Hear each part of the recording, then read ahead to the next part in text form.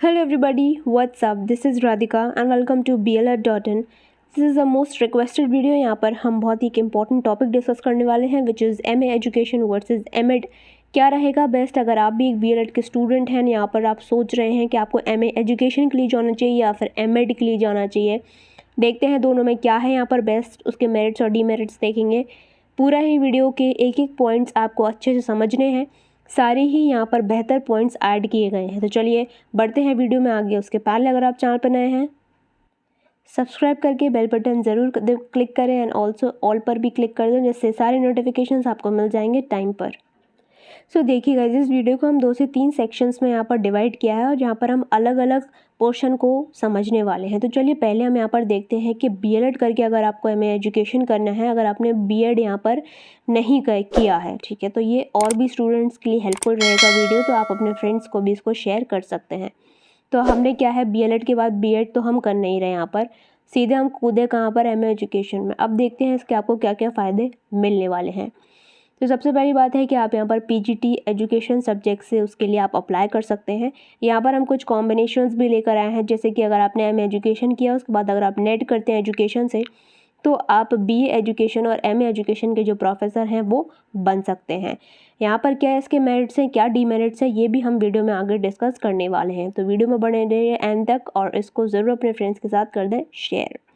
Next is यहाँ पर MA education plus अगर आपने नेट कर रखा है एजुकेशन में और आपने PhD कर लेते हैं अगर आप एजुकेशन में, तो आप यूनिवर्सिटी में BA के एजुकेशन में MA एजुकेशन में प्रोफेसर बन सकते हैं. तो ये रहा यहाँ पर केस MA एजुकेशन का, जो हम यहाँ पर BEd नहीं कर रहे हैं.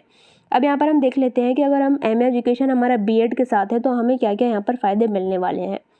आप यहाँ पर BTC की कॉलेज लेक्चरर बन सकते हैं, जहाँ पर आप डाइट में भी लेक्चरर बन सकते हैं एजुकेशन सब्जेक्ट के लिए. NCERT और SCERT में जो वैकेंसीज निकलती हैं उसमें आप अप्लाई कर सकते हैं. प्लस यहाँ पर अगर आपने MA एजुकेशन BEd के साथ कर रखा है और अगर आपने नेट कर रखा है एजुकेशन में, तो आप BLED जो BEd है उसके कॉलेज के प्रोफेसर भी बन सकते हैं. बाद में हम यहाँ पर कंपैरिजन करने वाले हैं कि MA एजुकेशन में आपको ज़्यादा अपॉर्चुनिटी मिल रही है या फिर एमएड में, ठीक है, और कहाँ कहाँ यहाँ पर आपको दिक्कत आने वाली है ये भी हम चेक करेंगे. नेक्स्ट यहाँ पर अगर हम बात करते हैं कि यहाँ तो हमने MA एजुकेशन का बात कर लिया, अब बात करेंगे कि डायरेक्ट एमएड अगर हम करते हैं BLED के बाद तो हमें क्या क्या फ़ायदे होने वाले हैं. उसके बाद देखिए वहाँ पर भी हम PGT कर पा रहे थे, यहाँ पर भी हम PGT कर सकते हैं. नेक्स्ट यहाँ पर क्या है, एमएड करने के बाद आप BTC कॉलेज में लेक्चरर बन सकते हैं और वहाँ पर भी आप बन सकते थे. यहाँ पर क्या है कि आप पढ़ा सकते हैं BA BEd BSc BEd और BLED कॉलेजेस में, ठीक है, लेकिन जो MA एजुकेशन वाले हैं वो नहीं पढ़ा पाएंगे BA BEd और BSc BEd वाले कॉलेजेस में. तो यहाँ पर आप इन कॉलेजेस में भी टीचर बन सकते हैं, यहाँ पर भी लेक्चरर आप बन सकते हैं. एमएड वाले स्टूडेंट्स क्या है, एमएड कॉलेज में लेक्चरर बनेंगे, लेकिन जो MA एजुकेशन वाले स्टूडेंट्स हैं वो एमएड कॉलेज में लेक्चरर नहीं बन सकते, ठीक है. तो ये यहाँ पर एक इसका डीमेरिट हो गया कि जिन्होंने एमएड किया है वही सिर्फ एमएड कॉलेज के लेक्चरर यहाँ पर बन पाएंगे. यहाँ पर हम कुछ एग्रीगेट की बात कर लेते हैं. एग्रीगेट का मतलब ये है कि अगर आप कॉम्बिनेशंस बनाते हैं तो आपको यहाँ पर क्या क्या फ़ायदे होने वाले हैं. अगर आपका BEd है और उसके साथ अगर आपने PG कर रखा है तो आपको ब्लॉक एजुकेशन ऑफिसर का आप जो एग्ज़ाम है वो दे सकते हैं. अगर आपने BEd के साथ PG में करा है तो आप डाइट में जो है लेक्चरर भी बन सकते हैं, जो कि हमने यहाँ पर डिस्कस किया था. आपके MA एजुकेशन में भी और एमएड एजुकेशन में भी आप बन सकते हैं. BEd और एमएड के साथ आप प्राइवेट BTC कॉलेज में लेक्चरर बन सकते हैं. BEd प्लस PG के साथ डाइट में एजुकेशन सब्जेक्ट के लेक्चरर आप क्या हो सकते हैं, बन सकते हैं. ये सीधे सीधे पॉइंट्स हैं जो आपको यहाँ पर लेकर आए हैं बहुत ही सिंपल तरीके से, जहाँ पर आप सीधे सीधे इनको पढ़ के समझ सकें कि कहाँ पर आपको क्या अपॉर्चुनिटी मिल रही है. नेक्स्ट यहाँ पर हम बात कर सकते हैं कि BEd plus MEd plus education आप नेट कर रखा है अपने एजुकेशन सब्जेक्ट से, तो उसके बाद आप BEd कॉलेज में प्रोफेसर बन सकते हैं. BEd और एमएड प्लस एजुकेशन नेट के साथ आप एमएड डिपार्टमेंट में क्या हो सकते हैं, प्रोफेसर बन सकते हैं, लेकिन MA एजुकेशन वाले नहीं बन सकते एमएड डिपार्टमेंट में professor. BEd plus MEd plus education अगर आपने नेट कर रखा है एजुकेशन से तो आप MA डिपार्टमेंट में भी पढ़ा पाएंगे, बट MA डिपार्टमेंट वाले एमएड में नहीं पढ़ा पाएंगे. नेक्स्ट है यहाँ पर BEd एमएड और एजुकेशन अगर आप नेट कर रखा है अपने एजुकेशन से और आपने PhD भी कर रखा है तो यूनिवर्सिटी लेवल पर आप प्रोफेसर बन पाएंगे.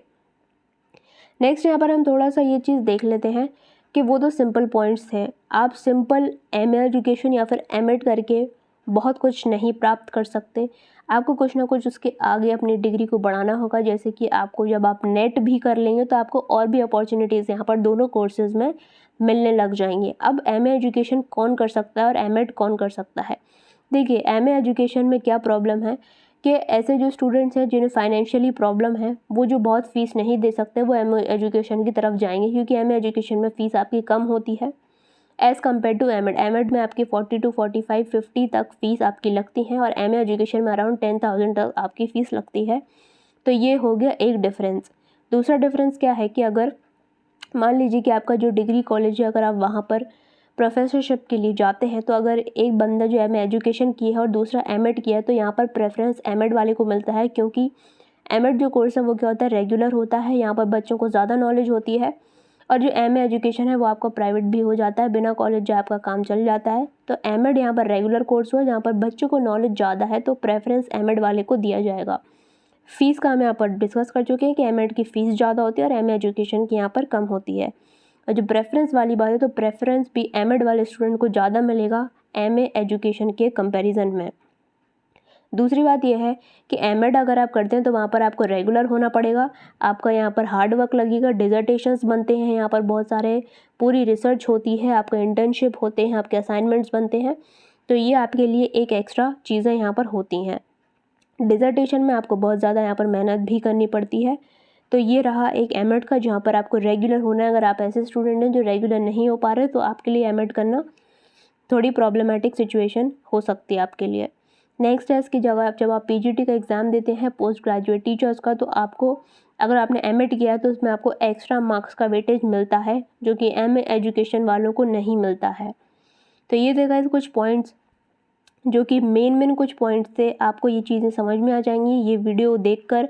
अगर आपको इसका पीडीएफ चाहिए और आप भी पढ़ना चाहते हैं एक बार, तो देन आप हमें बता सकते हैं। नीचे गिवन हमारे टेलीग्राम चैनल पे आप फॉलो कर सकते हैं। वहाँ पर अगर आप डिमांड करते हैं तो इसका पीडीएफ आपको दे देंगे, जिससे ये पॉइंट्स भी आप ध्यान रख सकें और इनको पढ़ सकें दोबारा से। एक वीडियो हमने किया था जहाँ पर हमने डिस्कस किया था बीएड वर्सेस मास्टर डिग्री क्या है बेस्ट। लिंक आपको नीचे डिस्क्रिप्शन बॉक्स में मिल जाएगा। अगर आपने ये वीडियो नहीं देखा है तो ज़रूर जाके एक बार चेक कर लीजिए। टेलीग्राम का चैनल आप कर सकते हैं नीचे ज्वाइन, वहाँ पर आपको अदर क्लासेस की भी पीडीएफ्स मिल जाती हैं। बीएलएड में हम बहुत सारी ऑनलाइन क्लासेस कर रहे हैं। पीडीएफ चाहिए या फिर आपको स्कॉलरशिप स्टेटस को लेकर कोई भी समस्या है तो आप हमें टेलीग्राम चैनल पर भेज सकते हैं अपना स्टेटस, वहाँ पर हम आपको सोल्यूशन भी बताएंगे। वीडियो हेल्पफुल लगा तो गाइस कर दीजिए इसको शेयर। मिलते हैं हमारे नेक्स्ट वीडियो में। Till then take care, all the best and bye.